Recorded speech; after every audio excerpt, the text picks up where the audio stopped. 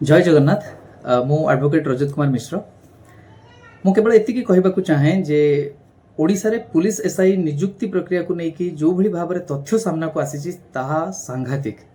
किंतु एटा नुआ नुहे कहीं जो मोडस ऑपरेंडी एठी फॉलो हेची सेम प्रोसेस स्टार्ट होइतला दिघारू आपण माने जानि छंती जे सेते बेले सिविल जेई जो नियुक्ति प्रक्रिया थिला सिमिलरली पिला मानन को नेई तांको पाखरे से प्रश्न को प्रकट करा जाउतला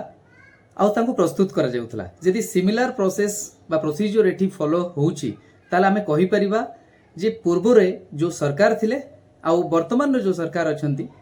ए माने समस्ते जदि चाहि थांते ताहाले ए सत बहुत आगरु पर्दाफाश होई पारथांता जो माने एथरे किंगपिन अछंती से माने को धरा जाई पारिथांता वर्तमान जदि पुलिस विभाग सक्रिय रही तथ्य संग्रह करिवे आउ घटनार मूल को जिवे ताहले जाई किछि होई परिबो नचेत जेमती चालुथला सेमती आगो को भी सेही प्रक्रिया चलिबो दुख आ परितापर विषय जे जेते थर पिला माने अभियोग नै जाइछंती से अभियोग को गुरुत्वर सहित विचार करा जाउ नथिला सेथि पई ए जिंसर पुनरावृत्ति घटुची मु आशा करिबी जो भी पुलिस अधिकारी माने वर्तमान तदंत करूछंती से माने निष्ठापर भाव जदि तदंत करिवे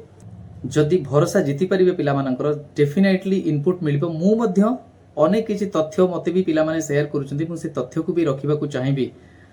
जो भी क्राइम ब्रांच रो टीम अछंती से माने एटा को विस्तृत भाव रे तदंत करंतु जहा फल रे सत पाखरे पहुंची परिबा आ ये चेर जेते भी लंबीची सारा ओडिसा रे से सबु जगह रे जो माने सहयोग करूछंती समस्त को जदी आमे आईन रो हाथ भितर को आनी परिबा ताहाले आमे जस्टिस देई परिबा सबु पिला मानक आ नियुक्ति प्रक्रिया को मते।